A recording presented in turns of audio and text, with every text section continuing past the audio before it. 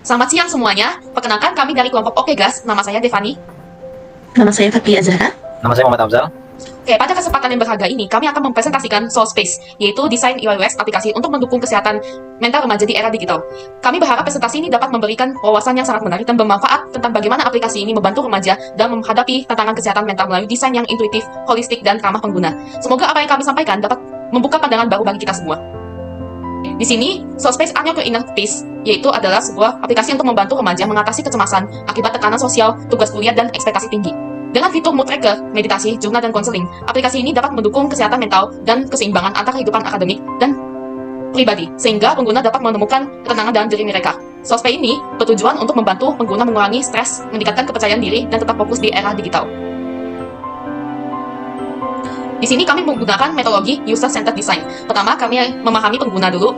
Selanjutnya, untuk menentukan kebutuhannya, untuk membuat fitur-fitur kami melalui user persona, user journey map, hingga kita merancang solusi dengan membuat desain low fidelity, high fidelity, dan prototype. Terakhir, kami akan mengevaluasi dengan pengguna, yaitu dengan testing aplikasi kami, apakah sudah sesuai dengan solusi yang kami berikan. Lanjut. Untuk user research di sini, faktor utama yang membuat mereka stres dan cemas adalah tugas akademik yang menumpuk. Rata-rata di sini adalah berusia 20 tahun. Kami sini mendapatkan 22 responden. Dan bagi mereka, media sosial yang cukup sering mempengaruhi kesejahteraan dan suasana hati mereka. Untuk menjaga kesehatan mental, solusinya adalah meditasi dan latihan pernafasan. Di sini, untuk affinity diagram, kami ada masalah utamanya yaitu tekanan akademik, ekspektasi sosial yang tinggi, pengaruh media sosial. Lalu dampak yang dirasakan adalah stres, kecemasan, dan kelelahan mental, serta penurunnya fokus produktivitas. Lalu hilangnya keseimbangan antara pekerjaan ataupun akademis. Untuk kebutuhan pengguna di sini, kami akan memberikan dukungan emosional, lalu dengan caranya akses konseling dan latihan meditasi. Untuk fitur solusi kami menyediakan mood tracker, meditation, journey, jurnal, konseling, dan habit tracker. Harapan yang hasil yang kami harapkan adalah pengurangan tingkat stres dan kecemasan, kebiasaan positif yang mendukung kesehatan mental, lalu motivasi untuk menjalani gaya hidup yang sehat. Lanjut. Oke, di sini kami memiliki user personanya, yaitu Nadia berusia 20 tahun. Dia adalah seorang mahasiswa Universitas Tarumanegara. Nadia ini berusaha mengimbangkan kesehatan mental dan produktivitasnya di rutinitas yang padat. Ia kesulitan mengurangi stres dan waktu untuk relaksasi. Oleh karena itu, Nadia itu sangat tertarik pada refleksi diri dan belajar mengatur waktu untuk meningkatkan suasana hati dan produktivitas. Di sini Nadia akan menggambarkan perjalanannya menggunakan aplikasi Soul Space, dimulai dari proses onboarding yang mendaftarkan dan mengatur referensi pribadi, lalu mengeksplorasi fitur seperti mood tracker dan habit tracker, dan untuk membantu mengelola kesehatannya. Di sini, permasalahan utama yang kami angkat adalah tingginya angka gangguan kesehatan mental pada remaja. Data WHO menunjukkan sekitar 10-20% remaja di dunia mengalami masalah kesehatan mental. Di Indonesia sendiri, terlihat juga dari grafik, hasil survei INA-MHS 2022 menunjukkan bahwa 34,9% remaja mengalami masalah kesehatan mental dan gangguan kecemasan yang menjadi paling umum. Untuk menjawab permasalahan yang ada, kami menyusun peta solusi melalui solution map yang berfokus pada dua dimensi, effort dan impact. Pada kuadran high impact low effort, terdapat fitur seperti meditasi, fitur tracker, dan journal recommendation. Pada kuadran high impact high effort, kami memiliki fitur yang lebih kompleks namun berdampak besar, seperti counseling, journal tracker, dan meditation sections. Untuk manfaat itu sendiri, perkembangan aplikasi ini diharapkan memberikan dampak bagi tiga pihak utama.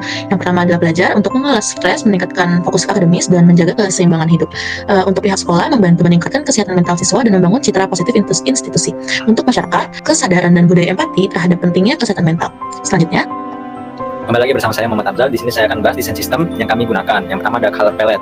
Color palette yang kita gunakan atau warna dasar yang kita gunakan adalah warna beige dan warna mouse green digunakan untuk up bar dan button up bar.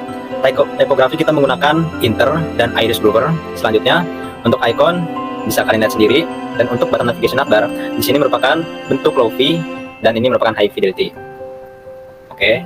Selanjutnya ini merupakan user flow. Pertama-tama, user harus login atau register jika belum memiliki akun.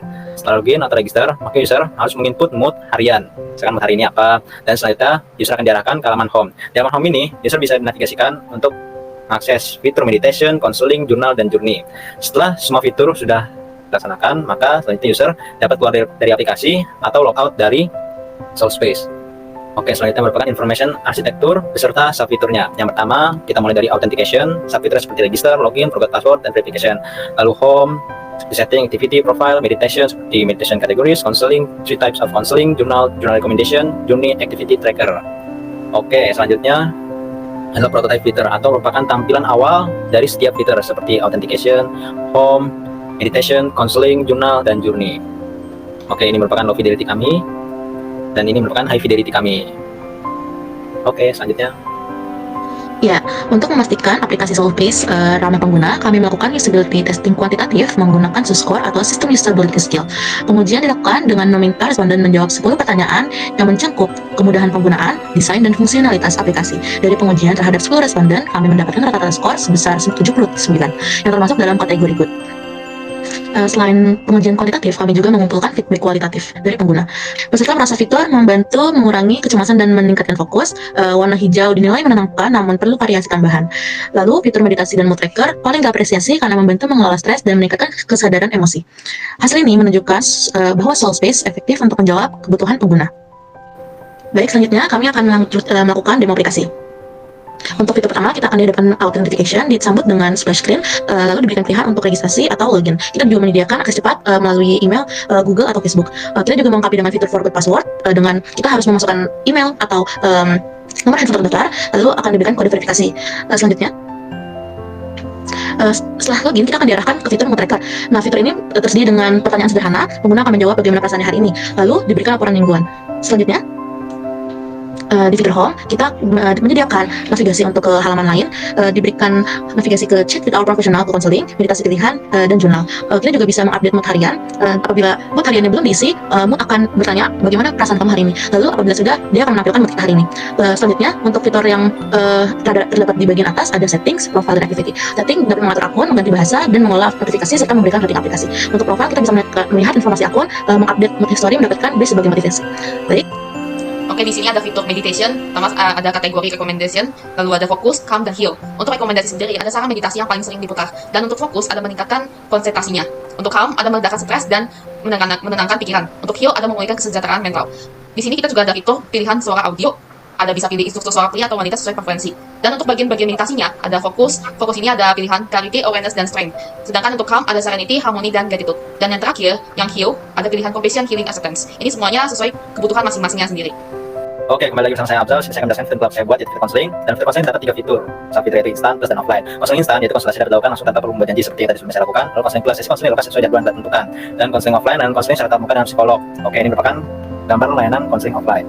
Pertama kita harus tentukan dulu tempat di mana, paket yang kita pilih apa, tentukan tanggal, dan milih psikolog dan membayar. Setelah itu akan keluar jadwal. Oke, tombol yang berbeda untuk setiap jenis konseling. Konseling instan yaitu chat sekarang, konseling plus dilakukan sekarang, dan konseling offline juga sama seperti konseling plus. Lalu yang berbeda untuk setiap jenis konseling, dan jika ingin melihat alusan lengkap bisa klik tombol baca lengkap ya, seperti saya lakukan sebelumnya, dan logo search untuk melihat histori konseling yang telah kita lakukan. Oke, selanjutnya adalah bagian jurnal. Bagian jurnal sendiri terdapat 4 pilihan jurnal, yaitu ada gratitude jurnal, growing connection, champion inside out, dan confronting fears. Kita masuki ke bagian gratitude jurnal. Next, di sini kita harus masukkan tulisan di sini, berarti masukkan tulisan. Next, oke, finish. Di akhir jurnal dapat tulisan bahwa jurnal telah selesai. Oke, kita coba jurnal champion inside out. Next, tulisan di sini.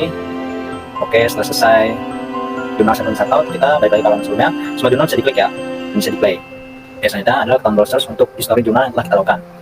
Oke, sekarang kita akan melihat untuk fitur Juni. Di sini ada pilihan kegiatan, ada mood tracker, meditation, jurnal, dan happy tracker. Untuk mood tracker sendiri akan dialihkan ke halaman untuk mencatat dan memantau suasana hati harian. Untuk meditation adalah ke halaman sesi meditasi. Lalu untuk jurnal menulis catatan refleksi harian sesuai halaman untuk jurnal. Lalu yang happy tracker sini ada membentuk kebiasaan positif. Di fitur happy tracker ini ada membuat goals dan reminder untuk menyelesaikan tugas-tugasnya. Lalu jika sudah selesai ada memberikan reward setelah menyelesaikan semua kegiatan atau misi harian. Untuk tujuan Juni sendiri ini ada mendorong konsistensi dalam membangun keseimbangan mental dan produktivitas pengguna. Di sini ada juga notifikasinya setelah selesai menggunakan fitur-fitur semuanya. Oke, terima kasih, sekian presentasi dari kelompok kami. Terima kasih sudah menonton.